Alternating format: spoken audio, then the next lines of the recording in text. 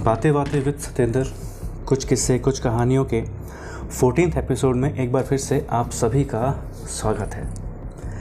ये है मेरी कहानी उलझ का 5वां भाग। तो चौथे भाग में क्या हुआ? रिया का खत आता है। कौन सी रिया का? जिस रिया का कत्ल हो जाता है। और चौथे भाग में रिया का खत आता है। रिया जिंदा है। पुलिस एक बार फिर से उलझ रही है।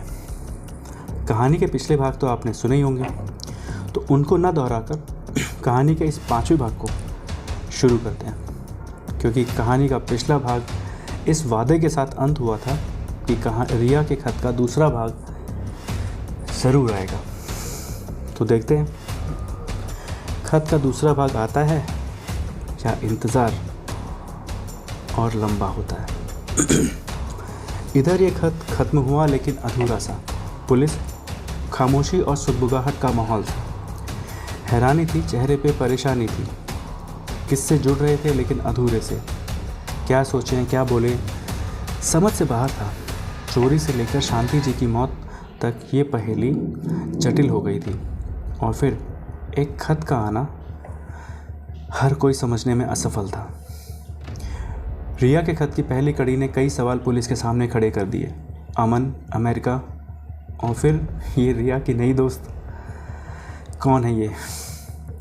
और सबसे बड़ा सवाल, सबसे जो हैरानी वाली बात थी कि रिया भी जिंदा है। इस अजीबोगरीब वारदात में सिर्फ कड़ियाँ और किरदार ही जुड़ रहे थे, और किसी समाधान से पहले किरदार कम भी हो रहे थे। पुलिस अपनी तहकीकात को अमेरिका भी ले जाती है, और पुलिस की एक टीम रिया के बारे में भी पता लगाने में जुट जाती है। वो खत कहाँ से आया, किसने भेजा, रिया ही है या रिया के नाम पे कोई और, या फिर सिर्फ इस पूरी कहानी को, इस पूरी वारदात को उलझाने की कोई और साजिश चल रही है, या अभी कुछ ऐसा है जो पुलिस के सामने आया ही नहीं है। पुलिस तहकीकात करे भी या ना करे, कहाँ से करे, पुलिस के समझ में कुछ नहीं आ रहा। साजिश, वारदात को उलझाने की साजिश है, थी या पता नहीं, लेकिन हाँ, पुलिस उलझ ज़रूर रही है। पुलिस अमेरिका तक भी पहुंची, और अमन के कॉलेज तक भी। वहाँ पता चलता है कि अमन तो सबसे दोस्ती बना कर रखता था। तो रिया के खत में किस दोस्त की बात हो रही है वो बता पाना मुश्किल है, क्योंकि रिया ने सिर्फ़ और सिर्फ मेरी दोस्त कह के इस किरदार का जिक्र किया है। ना कोई नाम है, ना कोई पता है। तो फिर क्या हुआ? इसे पुलिस की एक नाकामयाब कोशिश ही कहा जा सकता है। उधर खत कहाँ से आया ये तो पता चला, लेकिन रिया नाम की कोई भी लड़की वहाँ नहीं रहती। हो भी कैसे सकता है? और या फिर ऐसा हो सकता है कि उस खत को कहीं और से भेजा गया हो।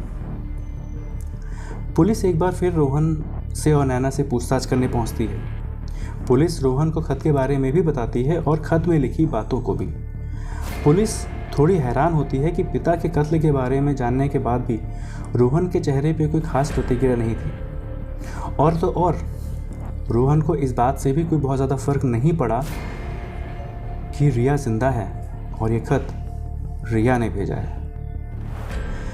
क्या रोहन कुछ छुपा रहा है?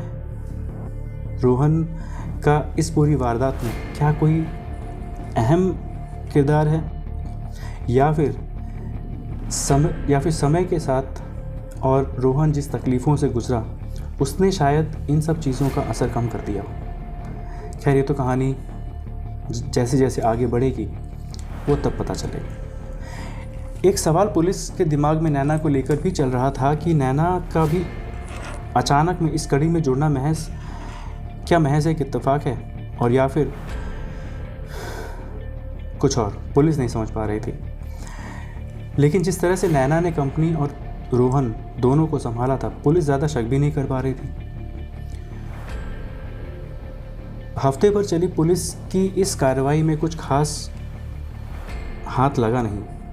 अमेरिका से भी टीम खाली हाथ आती है। जहाँ से खत आया वहाँ पुलिस तो पहुँचती है, लेकिन वहाँ भी पुलिस के हाथ कुछ नहीं लगता। रिया के दूसरे खत का इंतज़ार भी लंबा हो चला था।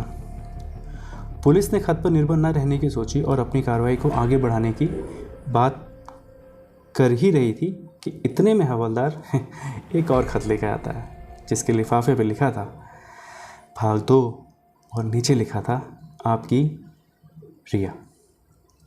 तो इस भाग को यहीं रोकते हैं। रिया के खत का दूसरा भाग आया। रिया के खत में अब क्या होगा? कुछ और किरदार जुड़ेंगे या इस कहानी में कुछ नया रंग जुड़ेगा या पुलिस को कुछ क्लू मिलेगा? क्या सोच रहे हैं? सोचिए मत, खत के खुलने का इंतज़ार कीजिए। मिलते हैं उलझ कहानी के अगले भाग में। कहानी के साथ जुड़े रहने के लिए एक बार फिर से आप सभी का धन्यवाद। कहानी अगर अच्छी लग रही है तो आपके फीडबैक्स ज़रूर दीजिए कमेंट सेक्शन में। कहानी को शेयर ज़रूर कीजिएगा, चैनल को सब्सक्राइब ज़रूर कीजिएगा और इंतज़ार कीजिएगा रिया के खत के दूसरे भाग का खुलने का। धन्यवाद।